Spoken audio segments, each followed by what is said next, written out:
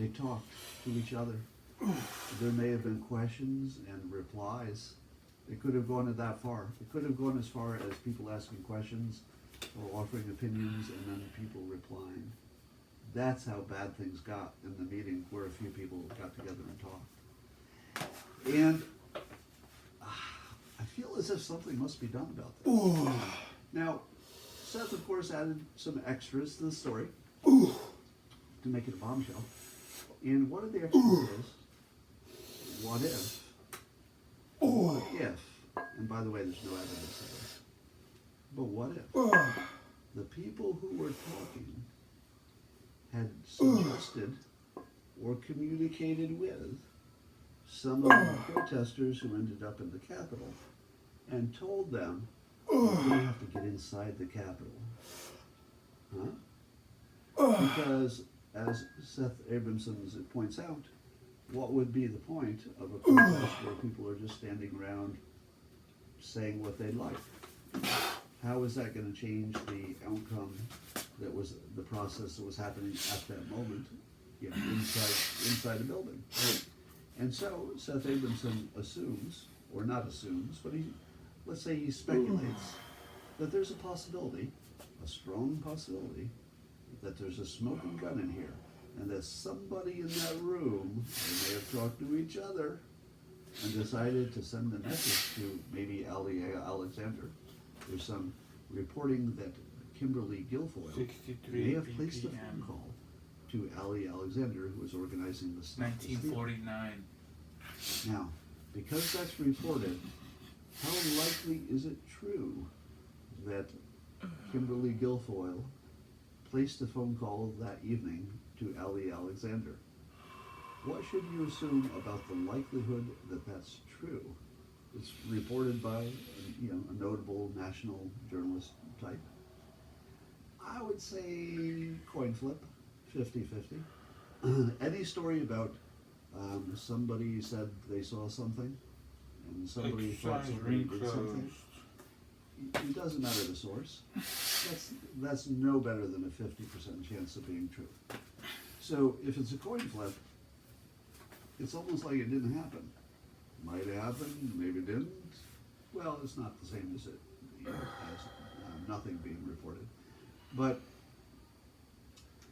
the speculation that people who talk to each other may have committed a crime, which would have been inspiring an insurrection to get into the building, which would be the high criminal part. Why is it a bombshell that people who talked might have been plotting a crime? Because isn't that true of every group that talks? Is there any group that talks privately who you could say for sure, if you weren't in the room, they were not plotting some crimes? I've been in corporate meetings in which we were plotting crimes. But, I suppose anybody could plot a crime, but that's not a story that people got together and talked. If that's all you know, trying to connect that to some chain of events that would make them all criminals and have to go to jail, that is a stretch. That's a stretch. And it's also a stretch for something ridiculous. Because seriously,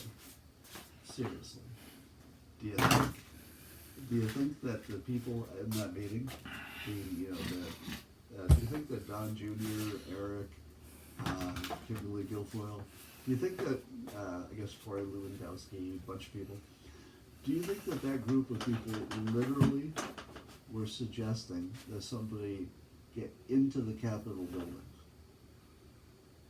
I don't think so. That is the least likely thing that could have happened in that meeting. And it's reported as, there's a good chance X happened, when any reasonable person would say, I think, I'm a reasonable person, in my opinion, it's the least likely thing that happened. The least likely thing is that they called for that kind of approach. Insane.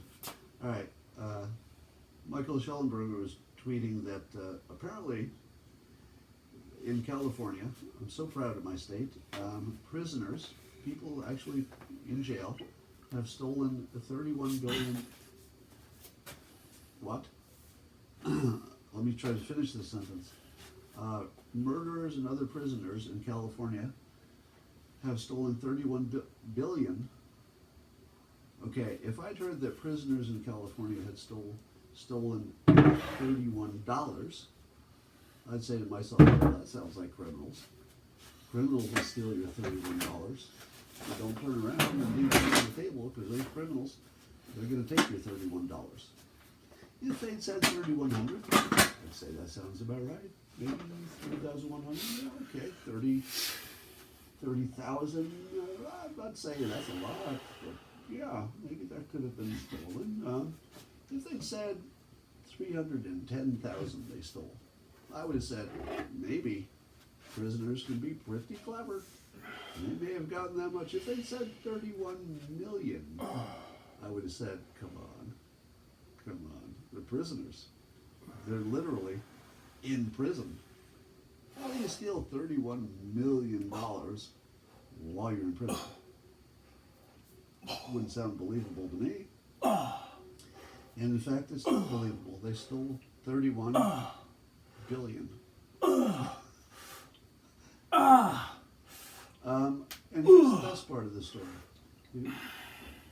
or the worst, that the person who is in charge, the California Labor Secretary, is who Joe Biden has tapped to be his Department of Labor Secretary.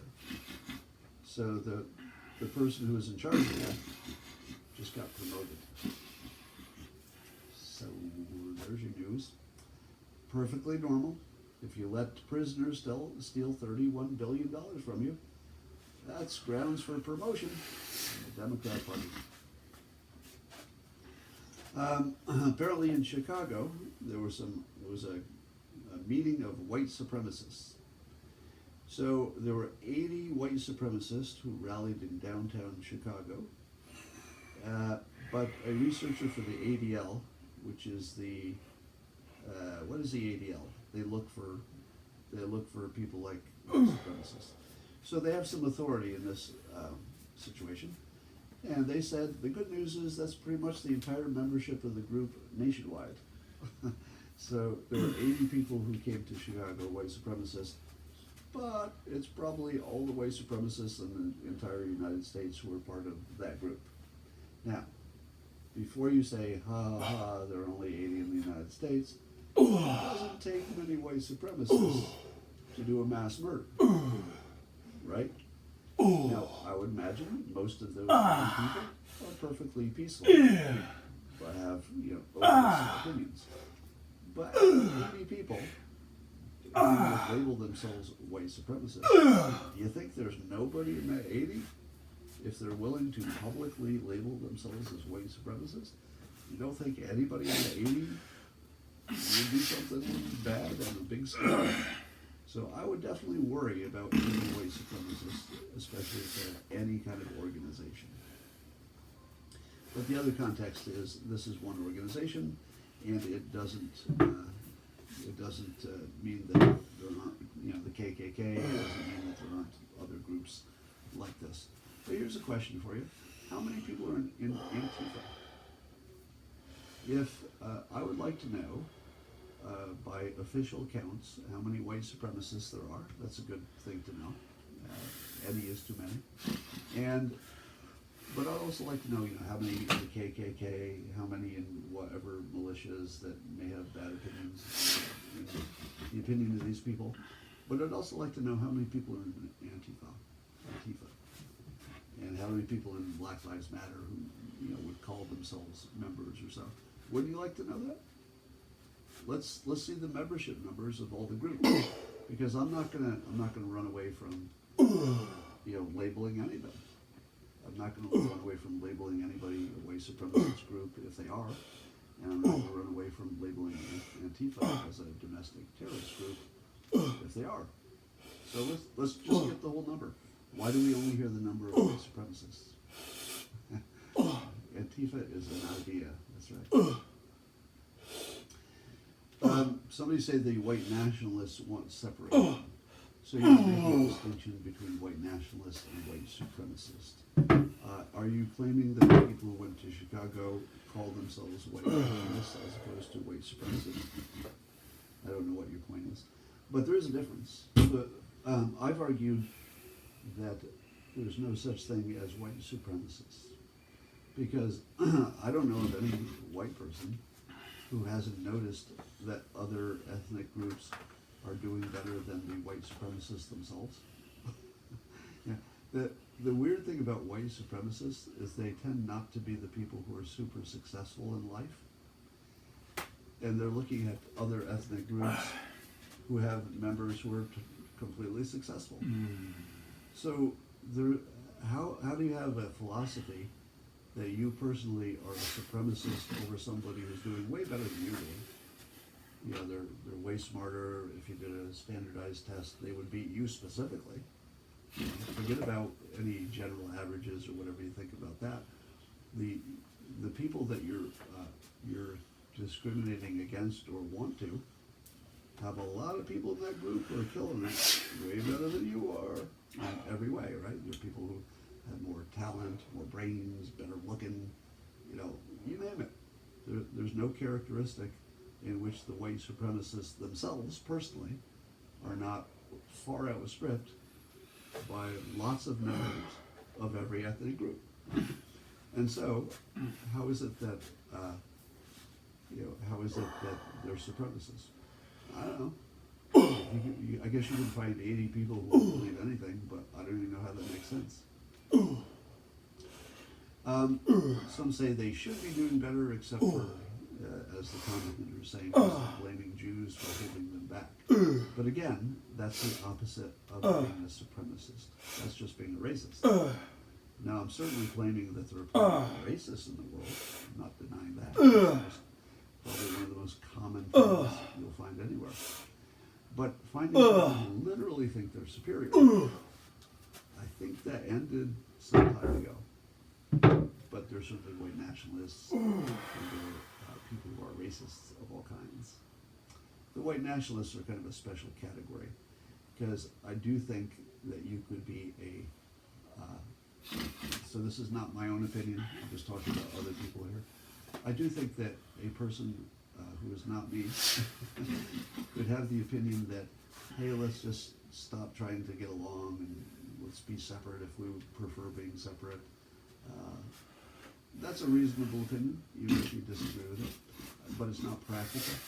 We don't have really a practical way to, have everybody separated. And the minute you did that, the minute you separated by race, and you said to the white nationalists, hey, white nationalists, good news.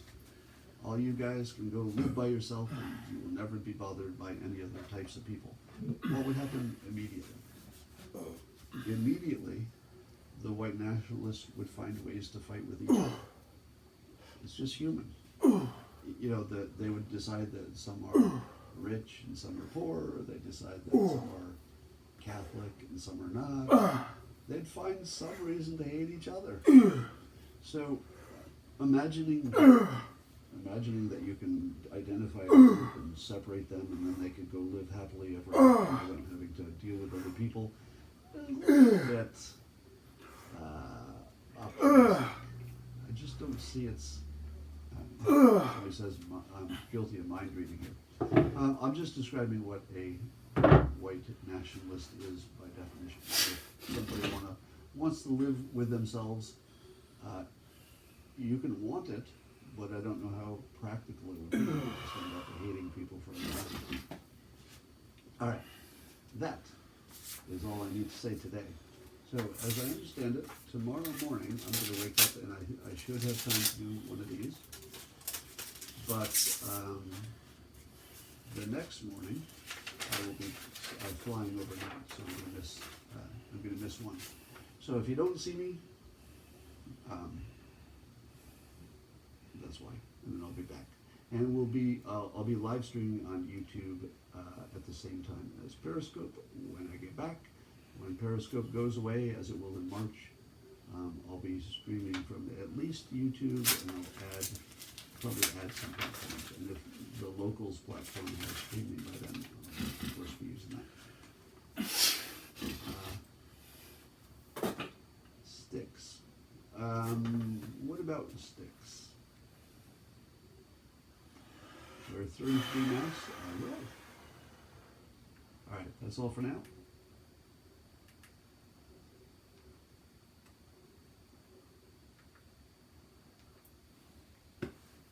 Play the beat fucking ass.